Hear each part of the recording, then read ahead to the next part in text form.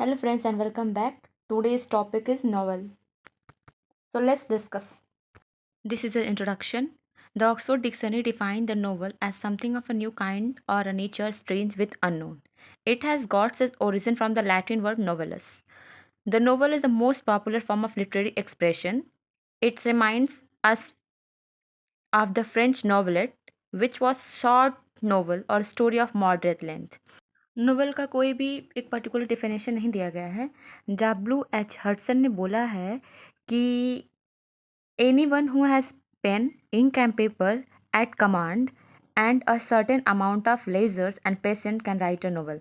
जिसका भी pen, paper, ink और उनकी थिंकिंग पे कमांड है, वो नोवेल लिखने के लिए एबल हो जाते हैं।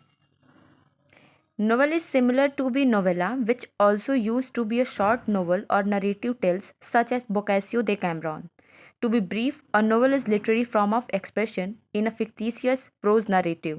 ये एक literary form है हमारी expression को express करने के लिए, हमारी जो feelings है उसको express करने के लिए, which portray character and action in a continuous plot which is representative of the real life. और novel के थ्रू जो writers होते हैं वो अपनी real life को रिप्रेजेंट करते हैं। हम जितनी भी नॉवेल्स पढ़ते हैं उसमें हम देखते हैं कि जो राइटर होते हैं वो अपने सेल्फ एक्सपीरियंस को उसमें एक्सप्रेस करते हैं और एक कैरेक्टर जो रोल प्ले करता है उनकी जो फीलिंग के थ्रू वो करता है, क्योंकि कुछ भी लिखने के लिए पहले एक राइटर को बहुत डीप डाउन सोचना पड़ता है। कहा भी जाता है कि जहाँ न पहुँचे रवि वहाँ पहुँचे कवि। By form of the novel, we mean the structure of proper body of novel. It means the shape, arrangement of different parts and visible aspect of novel. इसमें different parts को बताना और उसका क्या aspect होता है. It is like the drama which has a plot and to give to a great extent in character who has revealed themselves, जो अपने आप को रिवील करते हैं, उनके इंटेंशंस बताते हैं, इवन उनके कम्युनिकेशन स्किल को उसमें देखा जाता है. This all called the dialogue, और उनके क्या डायलॉग्स होते हैं. एंड ये कुछ साइलेंट फीचर्स हैं नॉवेल्स के as like the plot. Firstly plot और अ स्टोरी. किसी भी नॉवेल के लिए सबसे पहले इंपॉर्टेंस का प्लॉट होता है. First essential things. The first important thing is plot of the novel. The novelist must be clean about his theme. जो नॉवेलिस्ट होता है उसका जो थीम होता है उसका क्लियर होना चाहिए. It is the raw material. It beats the story which the novelist is going to narrate. वो पूरी जो स्टोरी होती है, जो पूरा नॉवल होता है, वो उस प्लॉट पे टिका होता है कि उसका प्लॉट कैसा होना चाहिए. अगर जो राइटर है अपने प्लॉट को लेकर, अपनी स्टोरी को लेकर के क्लियर है, तो उसका जो नॉवल होता है वो बहुत परफेक्ट होता है. The story of novel is a serial of event. जो प्लॉट होता है, जो स्टोरी होती है, वो किसी इवेंट का सीरियल वाइज होता है जिसको जो राइटर होता है वो नरेट करता है. The plot is a raw material of which the novel create. Aristotle give the first and foremost importance to the plot. जो एरिस्टोटल थे उन्होंने सबसे ज़्यादा इंपॉर्टेंस प्लॉट को दिया. आफ्टर दैट कैरेक्टर को सेकेंडरी इंपॉर्टेंस दिया गया है उनके ओपिनियन में. The plot is a raw material of a novel. जो नॉवल का कोई भी रॉ मटेरियल होता है ये, of which is made of, जिसकी वजह से इसको बनाया जाता है. It is the story proper technically it differ from the plot according to E M Forster's. जैसे एरिस्टोटल ने फर्स्टली इंपॉर्टेंस दिया है प्लॉट को, सो ई एम फॉस्टर के according a story is a narrative of event arrange in time sequence.